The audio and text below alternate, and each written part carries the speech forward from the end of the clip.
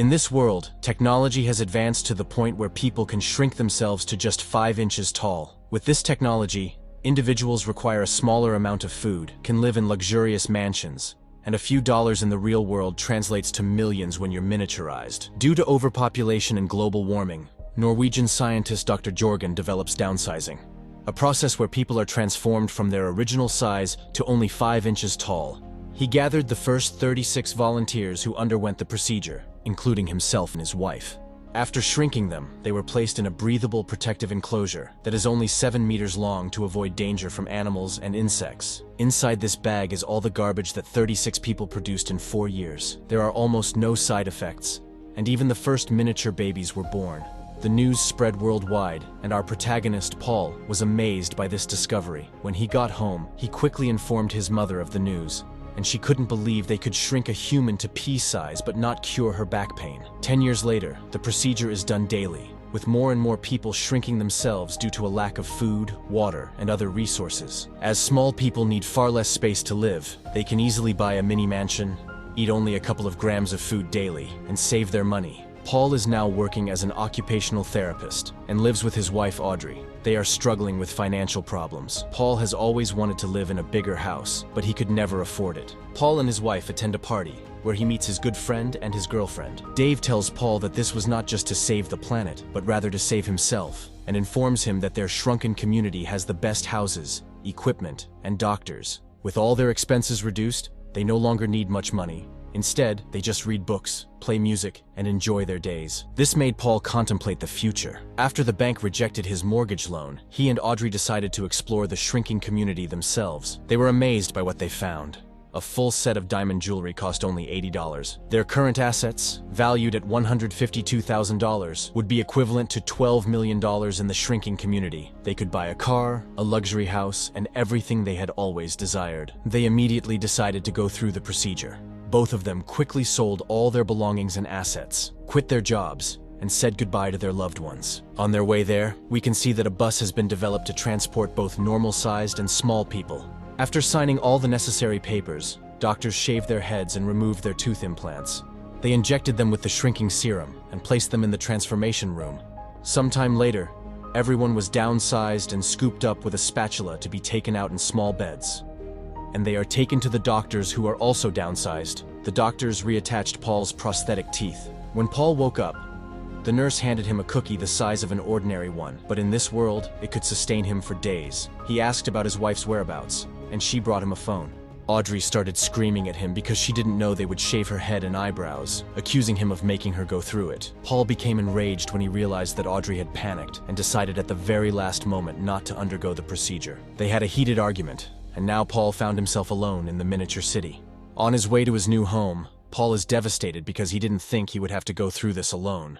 They took him to his luxury mansion, which was probably the size of a potato in the real world. So he is now rich and without his wife. It's a win-win situation if you ask me. Later that evening, he is watching the news about a Vietnamese lady who is protesting against downsizing treatment. A year later, he has to sign the divorce papers, as Audrey never went through the procedure. This is kind of awkward. She took half of his assets, so he had to move from his mansion to a much smaller apartment. He is currently working as a call operator. After work, he went to a birthday party where he met his friend Dave again. Dave tells him that he hates Audrey for betraying him that way, and Paul comments that downsizing was the biggest mistake of his life, while Dave encourages him to get back on the horse and suggests that single moms are the way to go. I couldn't disagree with that one, and neither can Paul, as we see him on a date with a woman named Christine. They talk about how this looks like a normal world, except there are no birds or insects. During dinner, Paul began yelling at the neighbors above because the music was too loud. One of his neighbors, Dusan, came downstairs to inform them that all the residents here are friends and politely invited them to join the party. As Paul and Kristen's date was coming to an end, he leaned in to kiss her, but was rejected. Angered and unwilling to hear her explanation, he decided to go to the party. He had the night of his life, drinking and chatting with his new friends. He kissed a few random girls and got incredibly drunk. When he woke up, he found himself on the floor of Dusan's apartment. Cleaning lady is there to clean the mess after party. Dusan started giving him advice on how to make money. He explained that people became small so they could buy and acquire things they couldn't normally afford. Paul could take the luxuries of the normal world and sell them here in thousands of pieces. As Paul went to the bathroom, He noticed the cleaning lady stealing medicine from Dusan's cupboard. He immediately recognized her. She is a woman named Lan, a protester against the shrinking surgery. She was shrunk against her will and put to small prison, which she escaped. Paul helped her adjust her prosthetic leg, and she mistakenly thought he was a doctor. She told him her friend was dying and needed his help. They got on a bus and traveled so far that Paul began to worry they would leave the community. When they arrived, he realized that there were also poor people who couldn't afford to eat, have normal homes, or even see a doctor. The woman informed him that her husband had died during the shrinking operation because the doctors had forgotten to remove his gold teeth, which caused his body to explode while shrinking. She also revealed that one of her friends had cancer but couldn't afford treatment, which was why she had been stealing painkillers. After doing everything he could, Paul had to go to work. But he couldn't stop thinking about the poorer part of the community. The next day, he returned, and Lan informed him that her friend had died. Later, when Paul tried to fix her prosthetic leg, he ended up breaking it. In response, he carried her around and cleaned houses for her. "This is me when I marry a rich fat woman." Some of the residents gave them food leftovers, which they shared with the poor and hungry. Paul quickly became beloved in this impoverished part of the community, helping people with their illnesses and in any way he could. One day, Dusan called for a cleaning service and was surprised to see Paul among the other workers. He told Paul that they had a chance to make a fortune and asked him to go to Norway with him to deliver a secret item. Paul agreed, and Captain Conrad would also join them. When they informed Lan that Paul has to go to Norway, to the first colony of the small people where Dr. Jorgen lives, she wanted to go with him. They refused, and she explained that after being forced to shrink, Dr. Jorgen had written her an apology because his invention had been used wrongfully on her, and he invited her to join his colony. However, she couldn't afford the trip. They felt sorry for her and decided to bring her with them. The four of them set off on a long journey aboard Paul's boat.